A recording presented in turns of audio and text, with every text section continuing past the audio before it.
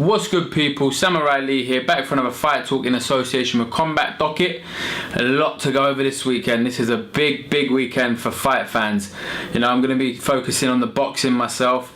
I'm not going to go into the UFC too much, but Robbie Lawler and Tyron Woodley for the welterweight title is a massive fight that I'm looking forward to.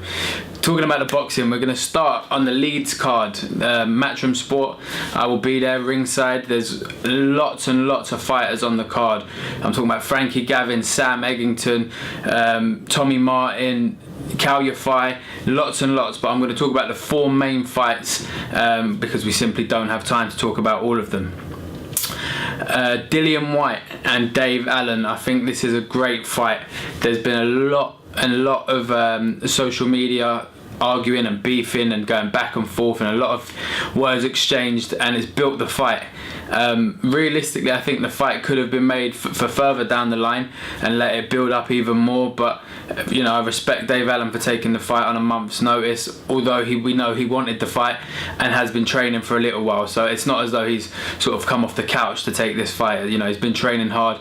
The opportunity was there. It's a shame it's not for the British title. The British Boxing Board of Control, they refused that. They want Sam Sexton involved in that. So it's going to be for a vacant WBC international title. But still a really big fight. The one thing I was convinced, the Dillian Whyte obviously has been in there with better opponents. Anthony Joshua, who's now world champion, took him as far as he's been in his career. So Dillian Whyte is a tough guy, coming back from major shoulder surgery back end of last year. And I think he's going to get better and better. Dave Allen, his last fight wasn't very impressive. Jason Gavin, it was a bit of a freak show, bit of a strange fight, but he's still undefeated. He's nine wins and 1 draw in his record. He truly believes he can win this fight. Seeing them at the press conference together today, I think it was a lot more clearer to me. There's not as big a size difference. I thought Dillian Whyte would be quite a little bit bigger than Dave Allen, but he's not. They're very evenly matched on that front. He believes he'll wear him down. Whether he can wear him down enough and survive those big shots Dillian Whyte throws is the big question. It's a really good fight and one that I'm really looking forward to. Tyrone Nurse is going to be defending his title against Tommy Coyle. British title fight, really good fight. Tommy Coyle, he's been around a long time. He's still not that old. He's had a few losses on his record. Luke Campbell, who we're going to talk about, who's also on the card, beat him. I suppose Tommy Coyle's most impressive victory was probably Michael Katsidis, although Michael Katsidis was very aging and wasn't the same fighter he was in his prime. But for me, Tyrone Nurse will defend his title. I believe he's a better boxer than Coyle, and he's now added that little bit of spite and viciousness to his game that you need. I can see him winning this fight, defending his title, and going on to bigger and better things. So I look for a late stoppage for Coyle, for Nurse, or a points decision for Nurse. Luke Campbell is going to be his first real big test, I believe, against Argenis Mendes. Although Campbell did have a loss the back end of last year, it was a split decision loss where he wasn't at his best by any, but we know the potential he has. But he came back and he defeated Gary Sykes, spectacular fashion.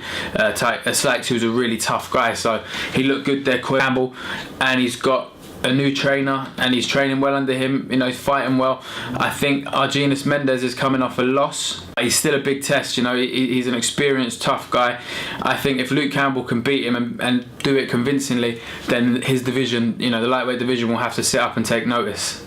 The main fight on this card is Josh Warrington in Leeds in front of his adoring public against Patrick Hyland from Ireland.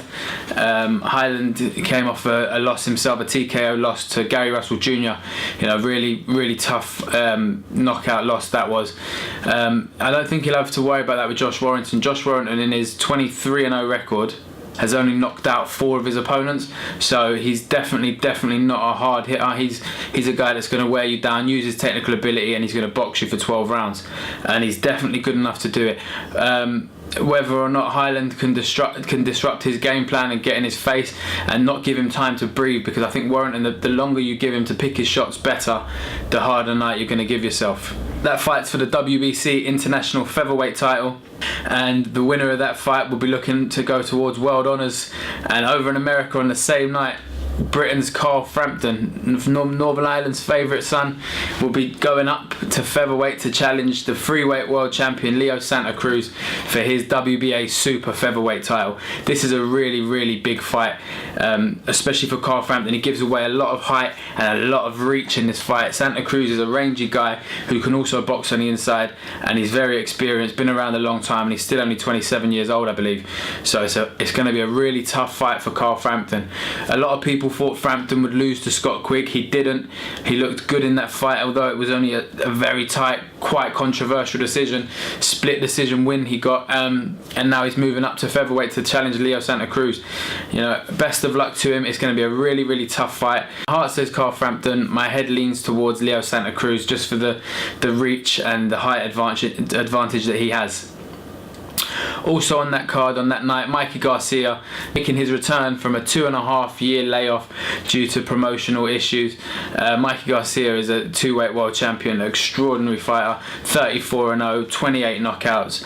I recently spoke to him and he's looking towards, you know, bigger fights now. He wants to come back and make a big splash, particularly in the lightweight division. He wants to fight Terry Flanagan, Britain's Terry Flanagan. So there's big fights down the line for him. It's going to be interesting to see how he copes, if there's any ring rust at all. I don't believe there will be. I think we're going to see an explosive Mikey Garcia performance against Elayo Rojas, and I think Mikey Garcia gets the job done in what will be an exciting fight. Thanks a lot for watching, guys. Be sure to hit like and subscribe buttons. Be sure to check out my page, #Fight Talk, YouTube, Twitter, Samurai Lee, and CombatDocket.com.